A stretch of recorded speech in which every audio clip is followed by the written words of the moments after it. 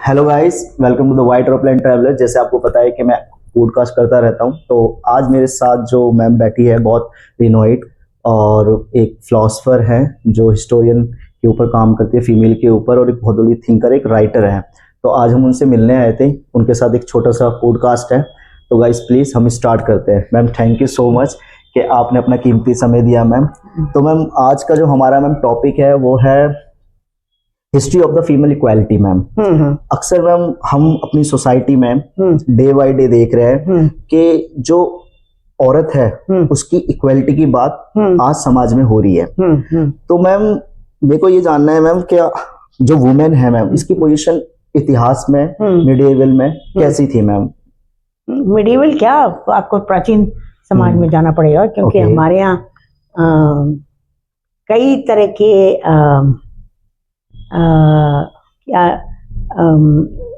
हम एक तरह से हमारी ट्रेनिंग जो हुई है ना, वो रूढ़िवादी स्टाइल में हुआ है। हाँ, मतलब आप पैदा होते हो तो क्या बोल सकते हो, क्या नहीं बोल सकते हो, किसके साथ बैठ सकते हो, किसके साथ नहीं बैठ सकते हो।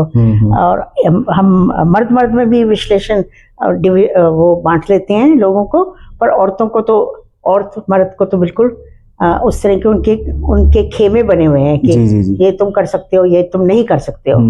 तो अब समाज में और ये सिर्फ हमारे भारत में नहीं है, पितृसत्ता जो है वो जिस पितृशाही हम कहेंगे उसको, वो पूरी दुनिया में थी। इतिहास में हमें ऐसा कोई चिन्ह नहीं मिलता है जहाँ पर शुरू से, जब से श्रोत्र हैं तब से हमारी मान के चले कि हम एक्चुअली समता वाली समाज हमारी रही है कि, और मर्द में फर्क है, पर मर्द औरत में तो उनके वो ऐसे पटे हुए खेमों में कि मर्दों के लिए ये ठीक है, औरतों के लिए ये ठीक नहीं है। ये बिल्कुल जो विभाजन किया गया है वो पीढ़ियों से चला आ रहा है। तो अगर आप कहें कि आप बातों में कहोगे कि बड़ी अच्छी लड़की है, जी। किस तरह की अच्छी लड़की है जो, और कहा जाता है, मेरे को याद है मैं जब छोटी थी मुझे लोग लिख करके देते थे ना, ऑटोग्राफ हम कभी टीचर से जाके लेते थे। तो मेरी हिंदी की जो टीचर थी, अंग्रेजी की टीचर ने नहीं लिखा था। अच्छा। अंग्रेजी की टीचर ने या अंग्रेजी के दोस्त जो हैं वो अलग चीजें लिखते थे, पर हिंदी की जो टीचर थी उसने ये लिखा, औरतों को सुनने से ज्यादा देखना ही अच्छा होता है। ये उनके स्टेटमेंट थे? ये उनके स्टेटमेंट थे। उन्होंने मेरे को मेरे ऑटोग्राफ की किताब में लिख करके दिया। हाँ? जी। तो वो भी मेरे को ट्रेन करने की कोशिश करनी थी अपनी तरफ से। अब चाहे मेरे घर में इस तरह की चीजें सिखाई गई और नहीं हो, पर मेरे को बाहरी समाज से ये इस तरह की चीज मिली, और मैं हिंदी टीचर से मिली, बाकी लोगों से नहीं मिली इतनी। पेरेंट्स से आपके नहीं, हम तो मानने वाले नहीं थे। हम 4 बहनें थी और 3 भाई थे, तो हम लड़ झगड़ करके, हमारे लिए तो अपनी जगह बनी हुई थी और हम किसी की बात नहीं मानने वाले थे। इतने ही हम आपस में तो इक्वालिटी हमारी थी। पर जहाँ जिस तरह से जिन स्कूल में हमें डाला वहां पर भी ऐसी बातें नहीं आई थी, पर हिंदी के टीचर ने ऐसे लिखा था। तो आप उस एनवायरनमेंट में पले बड़े नहीं थे जो मैडम ने डिस्क्रिमिनेशन करने की कोशिश करी? हाँ, और वो हमारा ढांचा नहीं था। मैं नहीं समझती थी अपने को, क्योंकि बचपन से ही मैं साइकिल चलाते थे। मेरे पिताजी के 7 बच्चे थे, तो हमारे पास इतने पैसे भी नहीं थे। तो स्कूल हम जाते थे 4 किलोमीटर की दूरी पे साइकिल चलाकर। 9 साल की उम्र से मैं साइकिल चला के स्कूल जाती थी। अच्छा। तो पहले से आप बोल्ड लेडी है? नहीं, हम आजाद थे। हमारे ऊपर ये नहीं था, पाबंदी नहीं था। तो ये अच्छी बात, ये सब अच्छी बात थी। मेरी बहन तो मेरे से ज्यादा थी, वो भी, और हम लोग स्पोर्ट्स में शामिल होते थे, कई चीजों में उस तरह से। तो जब फिर आगे बढ़ के, पर मुझे मालूम था मेरे ही घर में मेरे पिताजी को, और इसलिए शायद वो अच्छे थे क्योंकि उन्होंने खुद औरतों की स्थिति को देखा था, और उनको वो सबसे छोटे थे अपने घर में। ओके। अच्छा। और उन्हीं की बाकी मतलब जो गए थे पढ़ने के लिए लोग चले जाते थे, फिर नौकरियां कोशिश करती थी कि नौकरियां लग जाए, क्योंकि नौकरियां लग जाते तो फिर एक आमदनी हो जाती है घर में। जी, बाकी उससे पहला मुश्किल होता है। जमीन को लेकर के लोग संपन्न भी हो जाते हैं अगर अच्छी खासी जमीन हो, लेकिन जिस परिवार को मैं बिलोंग करती हूँ उनके पास जमीनें नोशनली थी, उनको उसमें थोड़ा सा एक छोटा सा हिस्सा मिलता था, पर वो उसमें उनका गुजारा नहीं चलता, गुजारा बसर नहीं कर सकते। और परिवार तो बड़े होते थे, तो उनके उन्हीं के भाई बहन तो और हम, क्योंकि मैं जिस घर में पैदा हुई थी वो पालघाट में, वो दक्षिण में पालघाट एक जिला है, वहाँ के हैं हम। और उस जमाने में मेरे पिताजी की बहनें थी, तो 2 बहनें थी और 4-5 भाई थे। जो 2 बहनें थी उसमें से एक जो थी उसको उसका घरवाला छोड़ गया और कभी आया नहीं वापस उनको लेने के लिए, तो वो भी उनका भी खाना पीना फिर इस घर में ही होता था और मुश्किल से होता था और पर होता था। और जो एक थी वो विधवा हो गई थी। अच्छा, तो वो भी बेचारी उस तरह की, तो और घर की औरतों के पास आमदनी बिल्कुल नहीं थी, खर्चे के लिए भी नहीं थी, तो वो मांगते थे लोगों से, अपने भाइयों से या। और जब मेरे दादा की मृत्यु हो गई उसके बाद फिर भाइयों से पूछते थे। अच्छा, अब मेरे पिताजी जो थे सबसे छोटे थे घर में, और उन्होंने अपनी शादी को थोड़ा सा खींच दिया, वो उन्होंने नहीं की, और 24 साल की उम्र में उन्होंने अपना BA वगैरह खत्म करके वो नौकरी के लिए अप्लाई किया, उनको नौकरी मिल गई और वो दिल्ली आ गए। इतने साल पहले, मतलब 1924 में पहुंच गए थे दिल्ली आ गए थे। तो यहाँ से फिर वो पैसे भेजते थे अपने घर वालों के लिए क्यों, और उनके वो थे क्या कहते हैं, उन्होंने कर्जा ले रखा था। अपना घर चलाने के लिए। तो कर्जा जो बैठा हुआ था परिवार में, और क्योंकि मेरे पिताजी अकेले रह गए थे छोटे, उनकी शादी नहीं हुई थी, उन्होंने कब फिर शादी तब तक नहीं की जब तक उन्होंने वो कर्जा नहीं उतार दिया। तो वो कर्जा उतारने में, और उन्होंने उन दिनों में हजारों का कर्जा पहले चुकाया। और तो मेरे पिताजी के लिए ये जो माहौल था जिसमें औरतें जो थी ना उनके पास आमदनी होती थी, ना उनके पास एजुकेशन होता था, ना वो अपने पैरों पे खड़ा हो सकती थी किसी तरह से, तो वो निर्भर ही थी परिवार में अपने मर्दों पे। और अगर कोई मर्द उनके साथ अत्याचार करे तो उनका कोई इसका जवाबदारी भी नहीं हो सकता, जवाब सहारा भी नहीं था कि कोई सहारा नहीं, सब कुछ अपने आप ही लड़ना पड़ता था। तो ये स्थिति थी। तो इसलिए उनके लिए सबसे जरूरी ये था कि हम लोग लड़कियां पढ़ लें और पर पढ़ाई तो सभी करने को तैयार होते हैं, पर पढ़ने के अलावा नौकरी करना उनके लिए बहुत जरूरी था, क्योंकि वो नहीं चाहते थे कि कोई भी औरत जो है किसी मर्द के सामने ऐसे हाथ अपने रखे। ये बहुत इम्पोर्टेंट पॉइंट है, ये हम पैसे मांगे, क्योंकि वो तो फिर देने वाले पर की तमीज पे है कि वो किस तरह से उसका बर्ताव करेगा। तो ये अच्छे गुण थे। तो हमको हमारे पिताजी माँ बाप ने, माँ ने तो सारी जिंदगी नौकरी नहीं की, जिंदगी चलाई, पर और फिर फॉर्चुनेटली क्योंकि मेरे पिताजी सरकारी दफ्तर में काम करते थे तो पेंशन मिलता, फैमिली पेंशन वगैरह हो गया था, तो वो भी एक तरह से अपने पैरों पे जब वो गुजर गए तो मेरी माँ कई साल फिर उन्होंने जिंदगी चलाई। उनको कब पर बड़ी बात यह है कि उन्होंने हम सबको ट्रेन किया कि आप पढ़ेंगे पर नौकरी भी करेंगे और नौकरी छोड़ेंगे नहीं, शादी हो ना हो कोई बात नहीं, पर आपकी परवरिश ऐसे की गई है, हाँ, पर नौकरी करनी है क्योंकि आप अपने पैरों पर हो जाओगे, आप इंडिपेंडेंट हो जाओगे, अपने पैरों। अब इसको लेकर के फिर वो जो प्रक्रिया फिर हमारे घर में चली,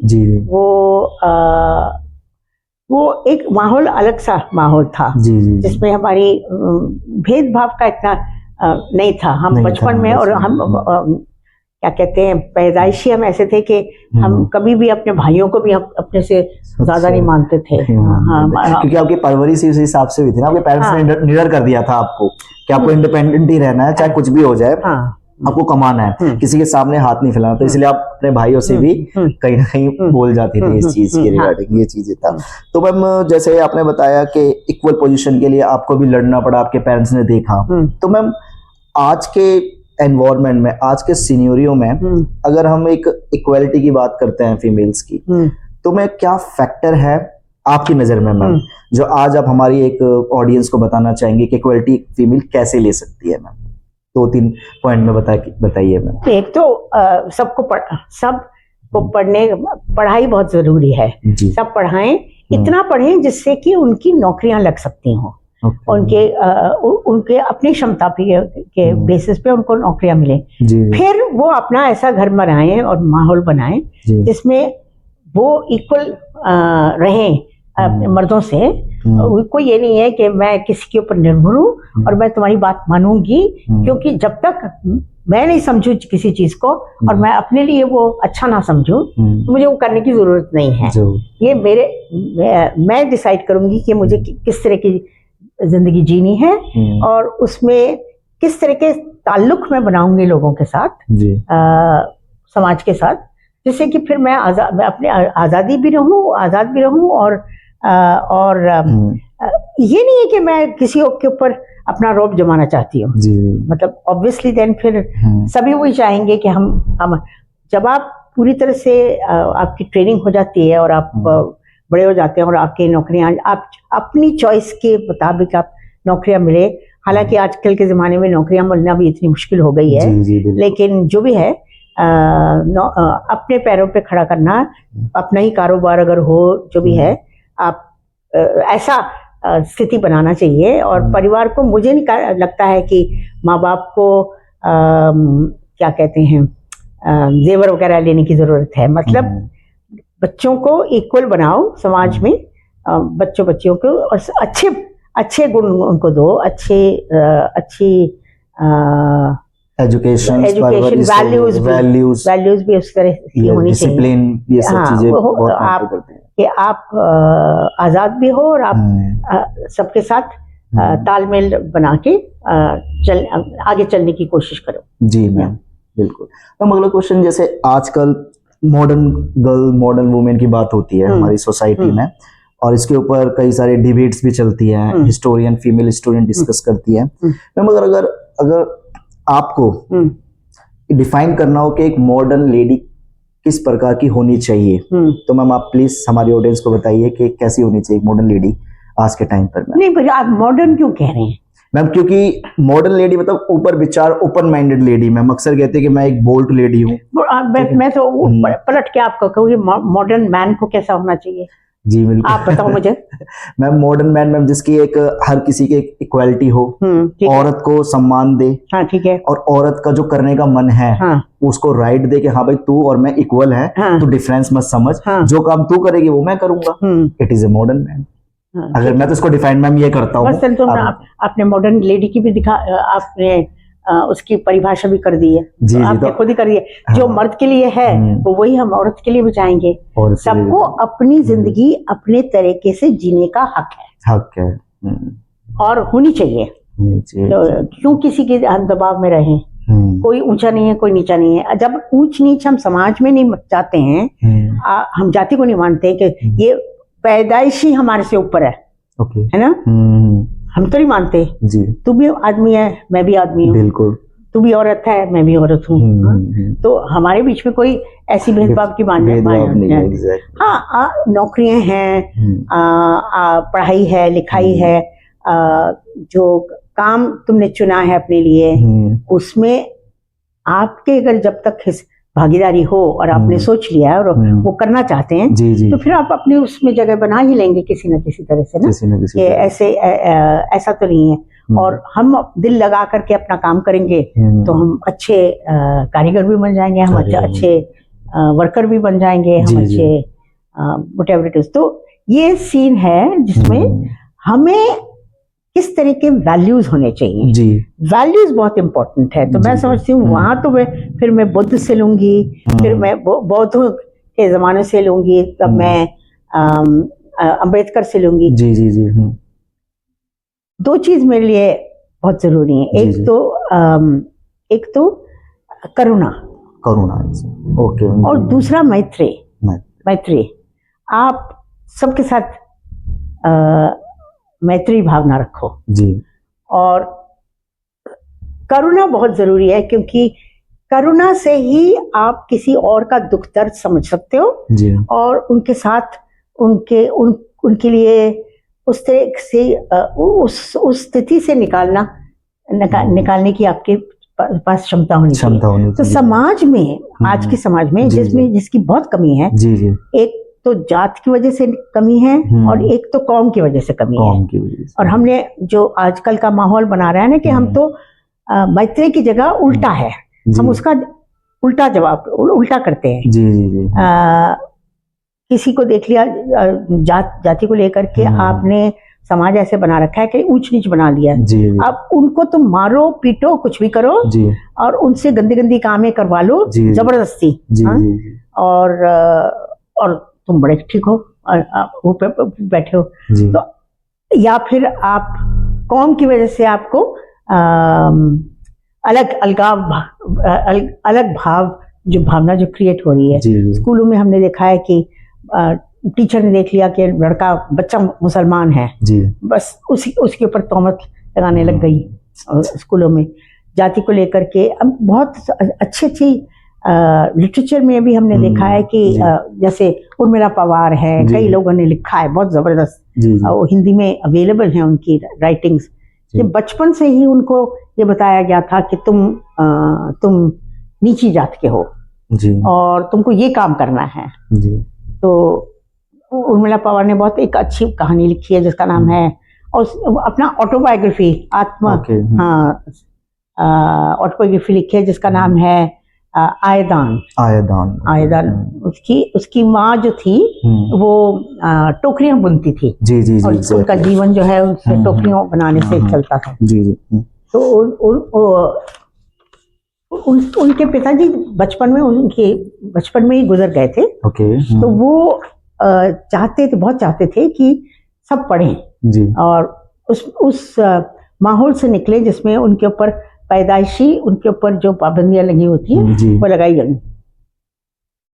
तो उर्मिला बच्ची थी, स्कूल जाती थी और कौन बच्चा स्कूल बड़ी खुशी खुशी जाता है जब वो खेल सकता है, आजाद हो सकता है। तो उसने एनीवे वो जाती थी।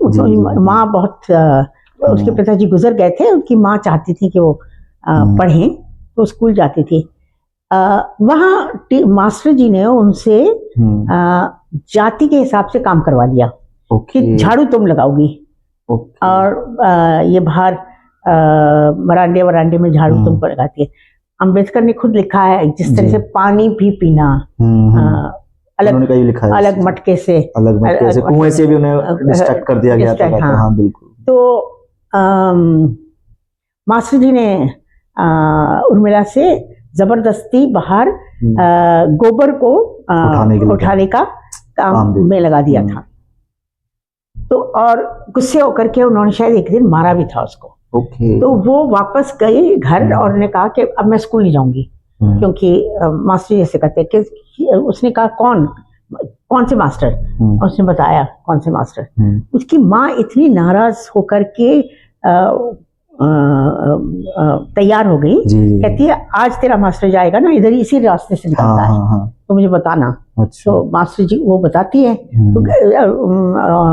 उर्मिला का डिस्क्रिप्शन भी बहुत जबरदस्त, जैसे बिल्कुल सांप जैसे खड़ी हो गई उनके सामने और ने कहा तू मेरे बेटी को मारता है और तूने ऐसे किया। और वो फिर गिड़गिड़ाने लगा, घबराहट से, तू ऐसा करेगा मैं तेरी जान ले लूंगी, मैं तेरे को मार जाऊंगा, जान तो नहीं ली, मतलब मैं जवाब दूंगी तेरा, तेरी हिम्मत कैसे हुई मेरी बेटी पर हाथ उठाने की जी। तो वो बेचारा फिर निकल गया। उसके बाद उसने उर्मिला को तंग नहीं किया। बट इसी तरह से उर्मिला ने भी देखा कि कैसे बाहरी समाज जो है जाति आपके ऊपर थोपता है और उससे निकलने की कोशिश नहीं करता, मुश्किल हो जाता है उनके लिए।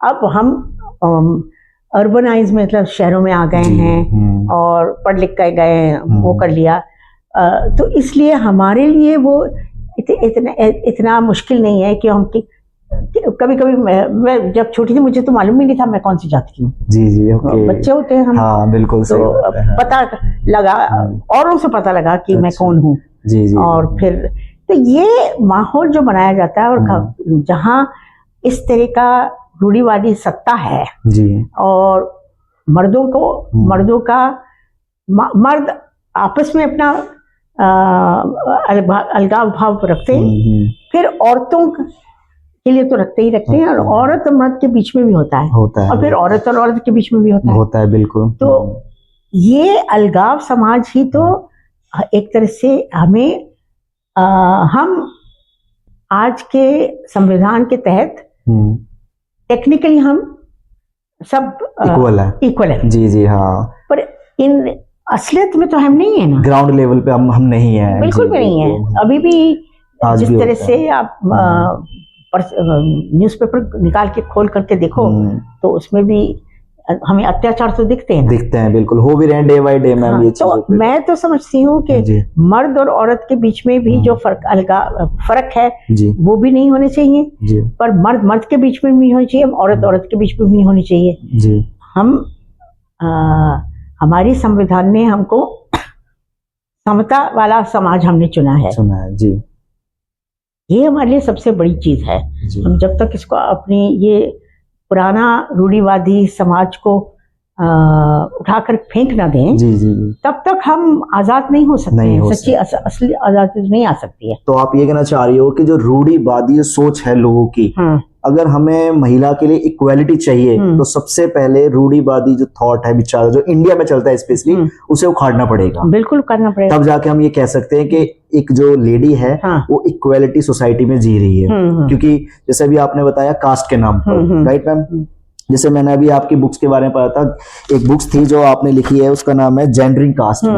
तो मैम ये जो कंसेप्ट आया था आपका लिखने का, वो मैम इसी सोसाइटी को देख के आया था? तो बिल्कुल आया था। इसमें आपने आरक्षण का को लेकर के मंडल आयोग, हाँ मंडल आयोग था जी। उसके बाद तो उसी के साथ फिर स्टूडेंट्स भी निकल के आए, हाँ, और लड़कियां भी निकल के आई जी। और रूढ़िवादी समाज को देखो, ऊंची जाति के तुम हो ना तो तुम उसी को चुनोगे, क्योंकि माइंडसेट हो रखा है, हमारी माइंडसेट हो रखा है, माइंडसेट भी हो रखा है। उससे हमको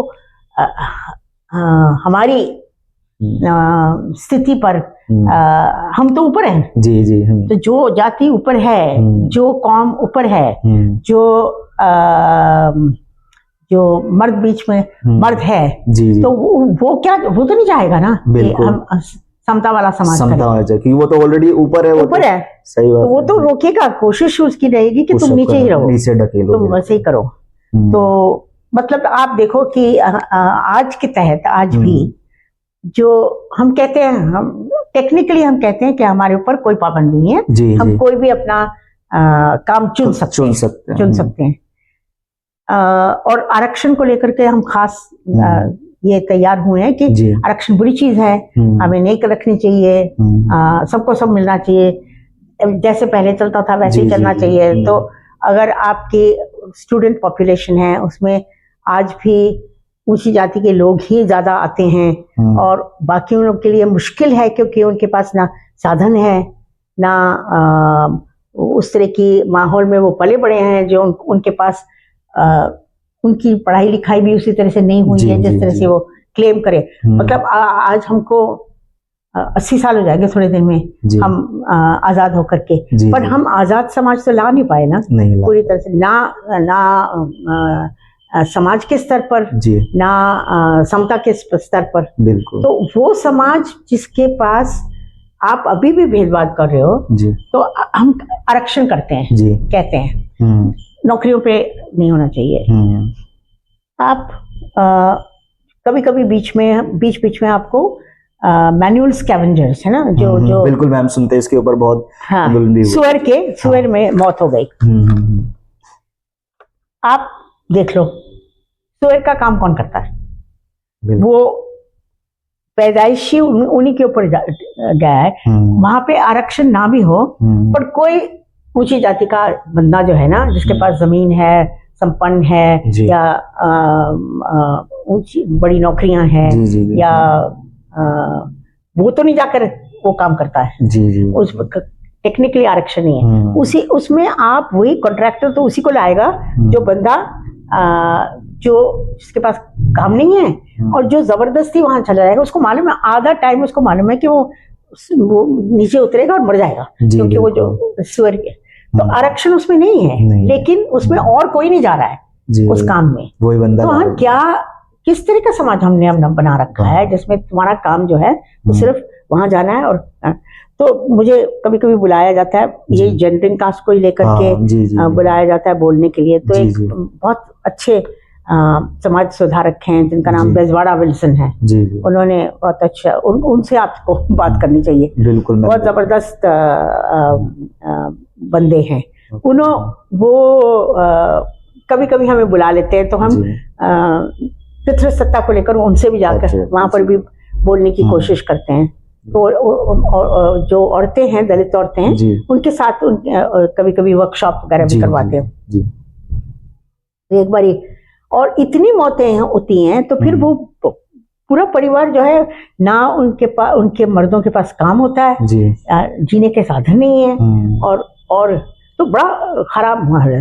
और मुझे तब चंद्रायन आया था, जब चंद्रायन पे हमने जो भी है भेज दिया था। हाँ, बहुत वायरल हुआ था। हाँ, तो फिर मुझे इतना गुस्सा आया, मैंने कहा चांद पे पहुंच गए, हाँ, गटर साफ करना नहीं आया। ये सही बोला, बिल्कुल मैम।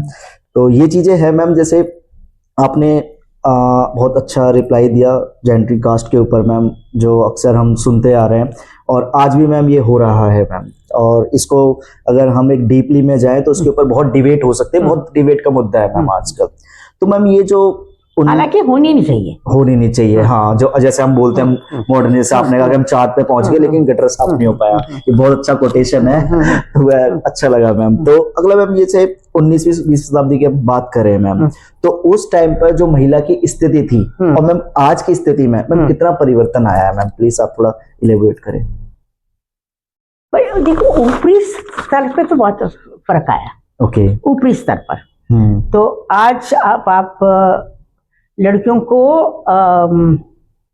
क्या कहते हैं, इतना स्ट्रगल नहीं करना पड़ता है बेसिक पढ़ाई के लिए। तो स्कूल तक तो मानते हैं कि चलो इन सबको भेज दिया जाए, 5वीं जमात तक तो सबको दे देते हैं। हाँ, बिल्कुल, पढ़ लो जाकर, फ्री ऑफ कॉस्ट कर रखा है इंडिया में। हाँ, वो तो ठीक है। हालांकि उसमें भी बड़े स्ट्रक्चरल कंस्ट्रेंट्स हैं, मतलब उसमें भी पाबंदियां इसलिए क्योंकि घर की लड़कियां जो है ना, वो फिर बाकी बच्चों को संभालती हैं, और माँ बाप अगर दोनों काम करते हैं तो घर में कोई होता नहीं है, तो छोटे बच्चों को छोड़ जाती हैं बड़ी लड़कियों के पास। तो इसलिए आसान नहीं है लड़कियों का अभी भी स्कूल जाना। आपने मुफ्त में कर दिया, बट वो तो नहीं किया ना कि उन बच्चों को कौन देखेगा। और कहा जाता है कि हमने आंगनवाड़ियां खोल दी हैं, पर ऐसा तो नहीं है कि सब बच्चे वहीं पे पहुंच जाते हैं। माँ बाप, वो छोटे जो बच्चे घर में होते हैं, माँ और बाप दोनों वहां पर भागीदारी करती हैं, दोनों श्रम करती हैं जमीन पर। ओके, तो मर्द भी लगा है तुम्हारा काम पे और औरत भी लगी हुई है काम पे। अब वो काम पे नहीं जा सकती जब तक उसके जो छोटे बच्चे हैं उसको देखने के लिए कोई हो। तो हमारी लड़कियां जो हैं कई बार जा नहीं पाती हैं उसमें। ऊपर से अलग तरह के फिर कहते हैं कि चलो 5वीं तक पढ़ लिया, अक्षर आ गए तुमको, अब इससे ज्यादा क्या जरूरत है, क्योंकि नौकरियां तो करनी नहीं है। ये फिक्स्ड है, नौकरियां नहीं बढ़ेंगी, फिर कुछ सालों के बाद शादी करा देगी, फिर तुम बच्चे पैदा करोगे, फिर यही तुम्हारी जिंदगी है। ये बचपन से माइंडसेट बनाया जाता है, मतलब ये हमारा बड़ा अच्छा समाज है, पुराना समाज है, हाँ। पर उस समाज में ये तय है कि घर को तो औरत संभालेगी, हाँ, और वो उसको जबरदस्त अगर बाहर जाकर के काम करना पड़े क्योंकि गरीबी की वजह से, तो फिर छोटी लड़कियां हैं उनको लगा देंगे उसमें। चॉइस नहीं है आपके पास। जी जी बिल्कुल। आप ये नहीं कह सकते मैं बहुत पढ़ना चाहती हूँ माँ, मैं बहुत पढ़ना चाहती हूँ, मैं जाना चाहती हूँ, वो ज्यादातर सुना भी नहीं जाएगा जी बिल्कुल उसको, उनके ऊपर। तो समता तो हमारे घरों में नहीं आई है, समता हमारे समाज में नहीं आई है, जी जी हमें गांव में नहीं आई है। तो समता किसके पास है? चॉइस थोड़ी बहुत शहर में मध्यवर्ग की लड़कियों को से शुरू करके आप चलाओ ऊपर तक, तो सब थोड़ी बहुत आ गई है। और आज ये स्थिति आ गई है, और क्योंकि जमाना इस तरह से आया है कि अच्छा अब दो घर को चलाने के लिए 2 कमाऊ बंदे चाहिए। बिल्कुल आज के टाइम तो बीवी को भी शादी तो सबकी तय है कि होगी ही होगी, हाँ। और बिरादरी में ही होगी। अच्छा ये भी है, बिल्कुल जबरदस्त। बिरादरी में नहीं हो तो हिंसा हो जाएगा, एग्जैक्टली, हाँ। पर और अपनी अपनी चॉइस से लड़कियां और लड़के अगर कोशिश भी करें तो सारा समाज उनके ऊपर चढ़ जाएगा। बिल्कुल सही बात है। तो इसके पास तो औरत के पास फिर पर अब मजबूरी ये है कि महंगाई इतनी हो गई है और सब कुछ हो गया है, तो आपको 2 नौकरियां चाहिए। तो अब सास ससुर को बुला लेंगे, घर में उनको बैठा लेंगे, और फिर ये नया जनरेशन जो पीढ़ी है वो काम पर जाएगा। बिल्कुल, और ऐसा ही हो भी रहा है मैम, ये बहुत पूरी तरह से। बिल्कुल। तो चॉइस हमारी ये है कि अच्छा तो 2 इनकम की वजह से घर नहीं चल सकता तुम्हारा 2 इनकम्स के बिना, इसलिए तो लड़कियों के लिए थोड़ी सी नौकरियों में, मतलब ऑक्यूपेशन में और समाज में थोड़ा सा खुला है स्पेस जो है। लेकिन वो अपने परिवार और संपन्न परिवारों का कुछ और इतिहास है, कुछ और इतिहास होता है। तो समाज में बराबरी तो नहीं आई, बिल्कुल भी नहीं आई है। मतलब आजाद हो जाने के बाद भी हम कह सकते हैं कि और हिंसा का कौन करता है? मर्द करता है ना औरत के ऊपर जी। औरत तो नहीं मारती है, औरत बच्चों को मारेगी, पर औरत मर्द को नहीं मारेगी जी। कोशिश तो यही है ना कि तुम हाथ नहीं उठाओ, तुम चुप हो जाओ, तुम क्यों बोल रही हो, चुप हो जाओ, बैठ जाओ, हम करेंगे, हम तय करेंगे। तो समाज में ये ठेका जो ले रखा है ना कि हम तय करेंगे, उसकी वजह से समता तो मर्द के बीच में भी नहीं आई है, पर मर्द औरत के बीच में तो बिल्कुल भी नहीं आई है। बिल्कुल जिस तरह से समाज हम समझते हैं। और आज भी लोग कहेंगे कि तेरी बहू कैसे है, बिल्कुल गाय जैसी है, जहां बांधा वहां पे बंध गई। तो ये हमारे वैल्यूज हैं, हम उनको मानते हैं कि बड़ा ये बहुत अच्छी लड़की है, जिसने कहा कि मैं भी नहीं करूँ ना, वो अच्छी लड़की है। तो ये अब सबको बदलना पड़ेगा, इफ यू हैव टू। अगला समाज है, इसी तरह से बनाओगे तो वही चलता रहे। तो मैम हम ये कह सकते हैं कि वो वक्त आ गया है कि सोसाइटी को चेंज होना पड़ेगा। हाँ, और सिर्फ ऊपर से नहीं, ऊपर ग्राउंड लेवल से। जैसे अक्सर हम सुनते आते हैं कि हाँ घर में अहिंसा हो रही है, बाहर लोग वक्त दिखावा कर रहे हैं कि हाँ मेरी बहू ऐसी है वैसी है, लेकिन उस बहू से नहीं पूछा जाता कि तेरे दिल में क्या है, ये क्वेश्चन। तो ये हमारे आज भी सोसाइटी में होता है, जो अक्सर हम लोग देखते हैं, पेपर्स में पढ़ते हैं, न्यूज पेपर में पढ़ते हैं। अब तो मैम वेब सीरीज भी आ गई है। तो मैम जैसे मैं आपकी बारे में पढ़ भी रहा था, तो मैम आपने मैं तो डॉक्यूमेंट्री तो मैम आपकी जो मोस्ट वैल्यूएबल डॉक्यूमेंट्री रही आपकी करियर की मैम, जो आपको लगता है ये सबसे बेस्ट थी, तो मैम वो उसके बारे में प्लीज मेरी ऑडियंस को बताइए। मैं ये तो बहुत मुश्किल है बताना। कोई भी अपनी भी बनाई हुई चीजों में चूज करना कि भैया आप माँ बाप को कह दो कि अपने बच्चों में तुम्हारे से कौन सा फेवरेट है, जी, तो मुश्किल हो जाएगा। बिल्कुल, हाँ, सही बात। इक्वली ट्रीट करते हैं कि मेरे तो सभी। मुझे तो अपने फिल्म इसीलिए बनाई थी क्योंकि मुझे मैं फील करती थी उन मुद्दों को लेकर के जी। तो मुश्किल है कहना। एक तो शुरू में तो मैं फिल्म मेकर इसी वजह से बनी, और उससे ही पता लग जाएगा कि मर्दों और औरतों के बीच में जो हम समता देखना चाहते हैं, जी जी, या वो चाहत सब में होती है करने की। बिल्कुल बिल्कुल।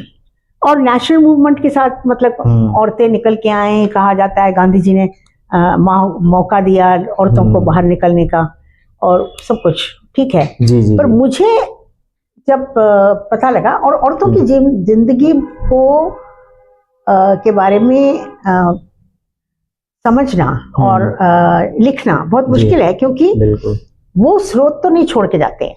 देखो स्रोत हमारे जो आर्काइव है, जिसे हम आर्काइव कहते हैं, लिखना है आपको, आर्टिकल लिखना है, ठीक है, तो मैं जाऊंगी आर्काइव में जाऊंगी, नेशनल म्यूजियम है, नेशनल आर्काइव्स है, उसमें जाऊंगी, या नेहरू मेमोरियल म्यूजियम में जाऊंगी, जो नेहरू मेमोरियल म्यूजियम था आज प्राइम मिनिस्टर्स म्यूजियम बना दिया उन्होंने उसको। चलो ठीक है जो भी, तो आप वहां जाएंगे, देखेंगे, वहां आपको मर्दों की स्रोत मिलेंगे ज्यादातर,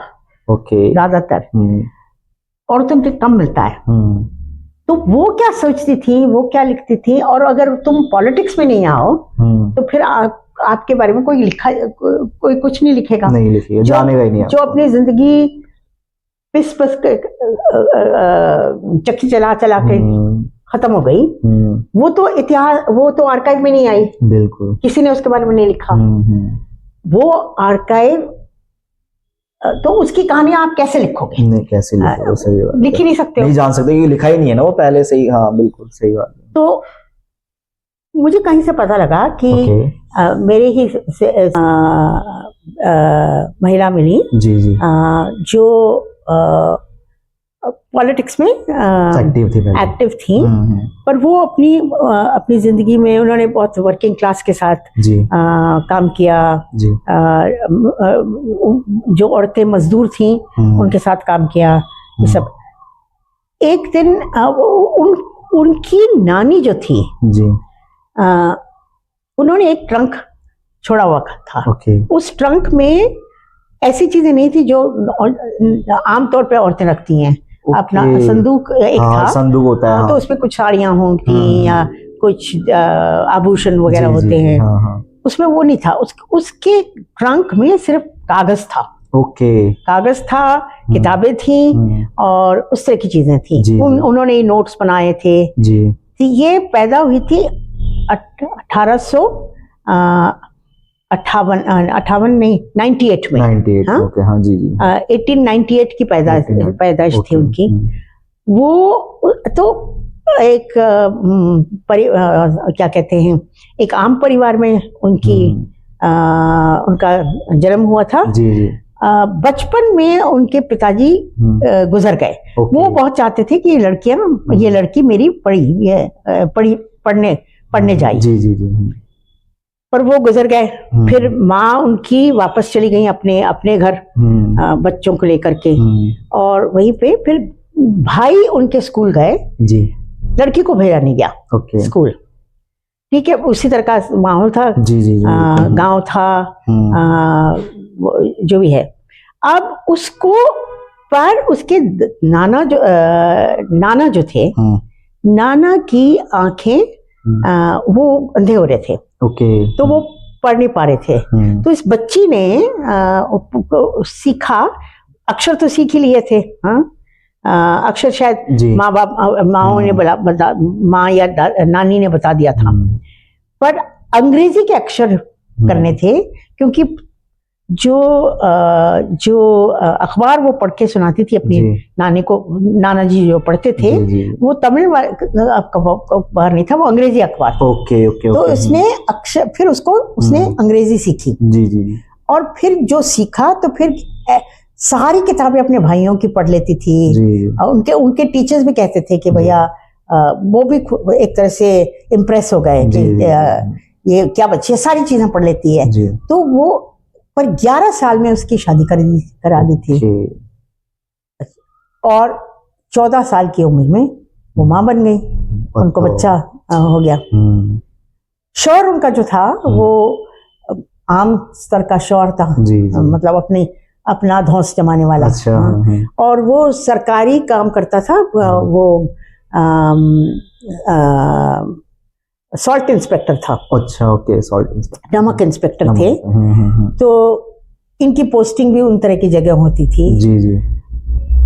इस औरत का नाम था सुब्बलक्ष्मी। सुब्बलक्ष्मी ने जो फिर अच्छा, उसके एक तो बच्चे, 2 बच्चे उसके लड़के गुजर भी गए। तो उनके पास जो बच्ची थी सिर्फ एक लड़की थी। जी जी जी। और वो डट गई अपने टाइम में कि उसको, वो तो अपने आप उसने अपना अक्षर ज्ञान करके वो पढ़ती थी और सारा टाइम पढ़ती ही थी, पढ़ती थी। और बच्ची को नटकई कहने लगी कि इस बच्ची को पढ़ाना है। और उसका बाप कहता है क्या जरूरत है।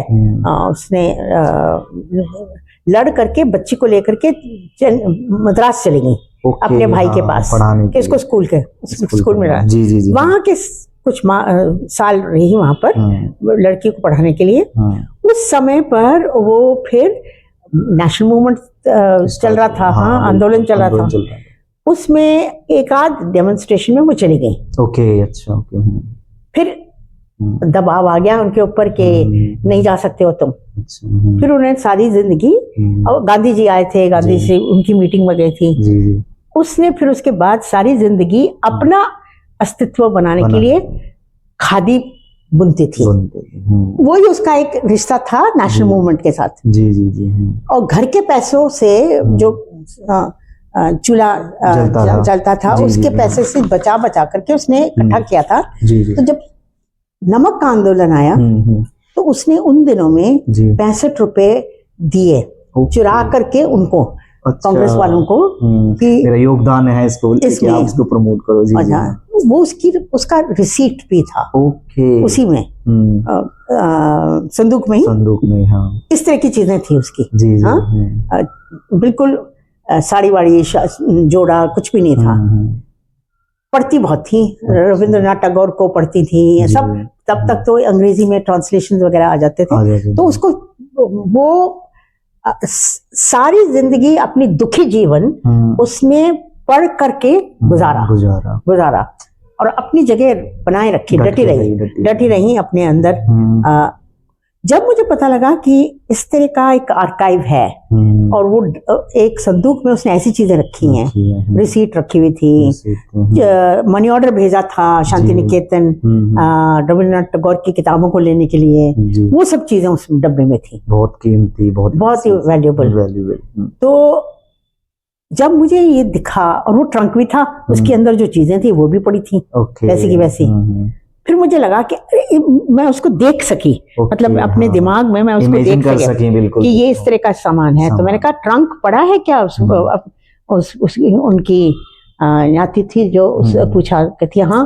मैंने कहा फिर मैंने कहा फिल्म बनना चाहिए उसको। मैंने बोला अब वो बेचारी परेशान अपनी नानी की कहानी लिखने की में लगी थी। उसने कहा ये फिल्म क्या चीज है? तो वो तो मुस्कुरा के छोड़ दिया। नॉर्मल लगी उन चीजों को, पता ही नहीं था कि फिल्म होती क्या है। नहीं, उसको मालूम था, पर वो उसके मैं भी तो लिखने इतिहासकार थी ना, तो मैं तो कागज को देख सकती थी। बिल्कुल। मैंने पर मुझे लगा, मैंने एक आध फिल्म मेकर को बोला, डॉक्यूमेंट्री फिल्म मेकर को, फिल्म बनाते बिला, तो उन्होंने कहा हाँ अच्छा है ठीक है, पर वो उतरे नहीं उस पर।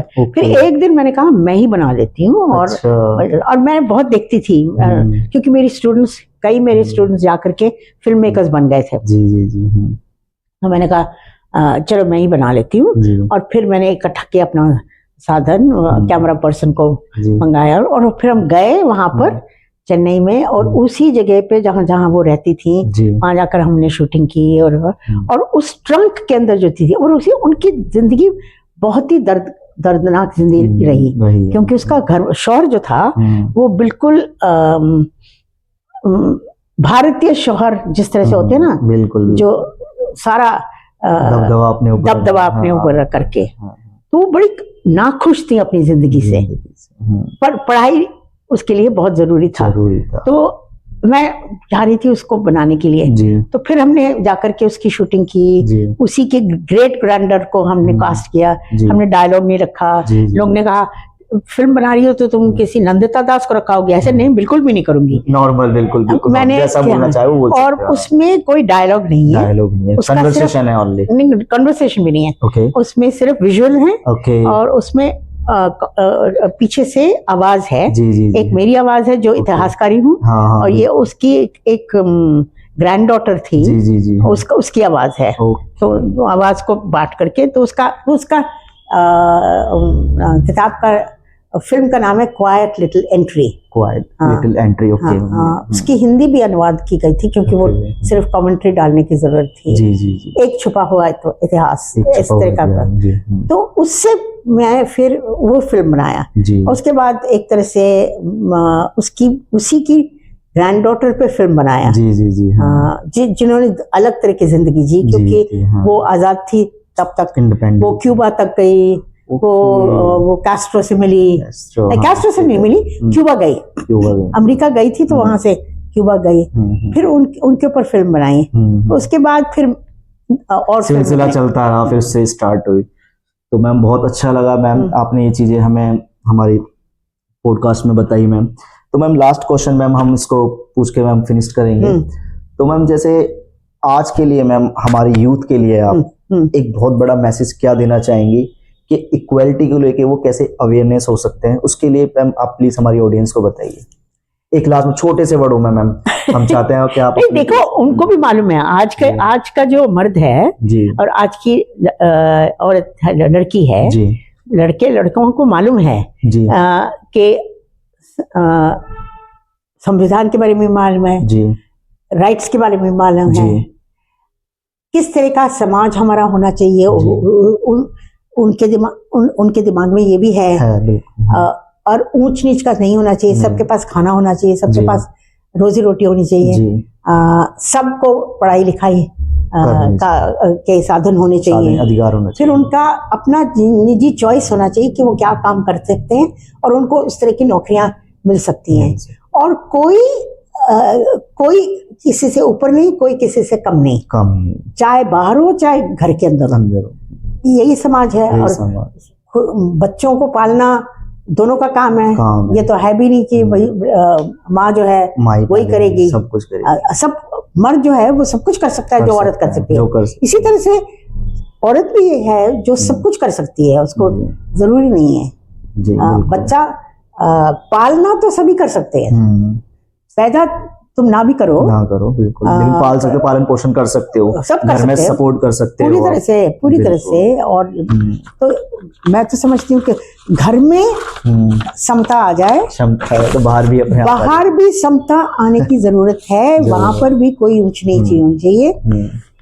दुनिया में क्या वैल्यूज है हमारे होने चाहिए, और हमारे संविधान के तहत हमारे जो हक हैं हम उसको जी सके, और ऐसा समाज बनाएं जिसमें सब खुश हो, अपनी जिंदगी को अपने तरीके से जीने की उनका हक जो है वो कायम हो सके। और पाबंदियां तो फिर मतलब बच्चों के ऊपर तो हम थोड़ा बहुत उनको समझाने की कोशिश करते हैं कि ये नहीं करना, क्योंकि तुम्हें समझ नहीं है कि तुम्हारे लिए क्या अच्छा है, बट एक उम्र के बाद तो वो सबको समझने लगते हैं, सबको मालूम है कि क्या सही है क्या। और सब हम लोग जब तक उस तरह का खुशहाल समाज नहीं बनाएंगे तो एक तरह से फिर हम रह जाएंगे, डेवलप नहीं हो पाएंगे। तो ma'am thank you so much ma'am, आपने अपना कीमती समय दिया। तो गाइस मैं बताना चाहूंगा, मेरे साथ historian, film maker, documentary film maker और राइटर्स उमा चक्रवर्ती मैम थी, जिन्होंने अपना कीमती समय दिया। तो गाइस अगर आपको ये पॉडकास्ट अच्छा लगा हो तो प्लीज लाइक, शेयर, कमेंट करना ना भूलें, और ज्यादा से ज्यादा इसको शेयर करें। और आज का एपिसोड हम यहीं